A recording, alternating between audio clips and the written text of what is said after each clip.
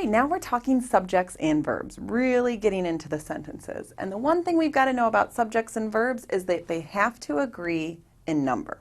So you've got to decide, do you have a singular or a plural subject? And if so, what kind of verb do you need with it? And you've got to match it up. So you've got she is. She is singular. Is the singular form of the to be verb. So those two fit together. The same way that we conjugate then they are. So we switch to they are because they is plural. Are is obviously plural as well. A couple tricks here. This seems pretty simple as you have it, but when you get multiple subjects, it starts to get a little bit confusing. So one thing to know is that if you've got multiple subjects, like she and I, then if they're joined by the word and, you're going to take the plural form of the verb. If you've got multiple subjects joined by the word or the word nor, then you're going to change it to singular. So that's kind of just a trick of the trade to know when you get to those multiple subjects.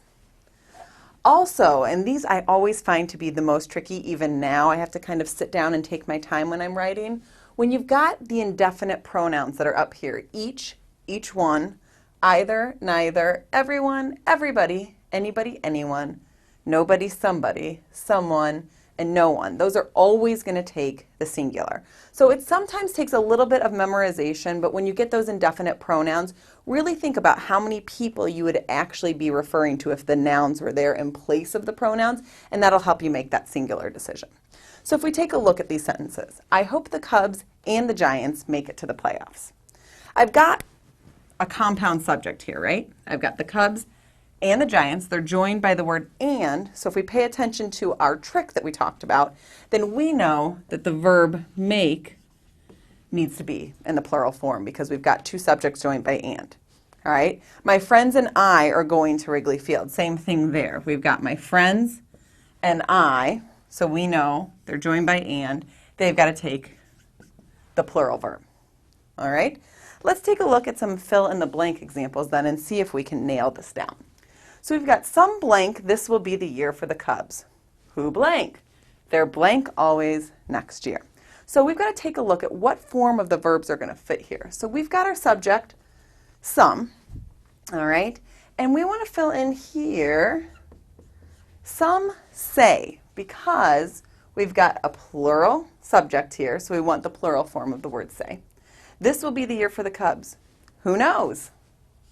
All right, spoken like a true Cubs fan, right? So we've got who, which is one of those, again, it's an interrogative pronoun that can also be used, considered an indefinite pronoun because you don't really know who fills in the blank there. So we've got to make these two agree in number. And then finally, when we use this word there, it's always going to be followed. There is always next year, so we've got to actually look down here. We're talking about a singular next year, so we want to make this match up because there is actually the pronoun standing in for next year. So we've got to make the is a singular verb. So there you go. Subjects and verbs agree in number. Just take your time and really think about some of those tricks we talked about, especially when it comes to those indefinite pronouns.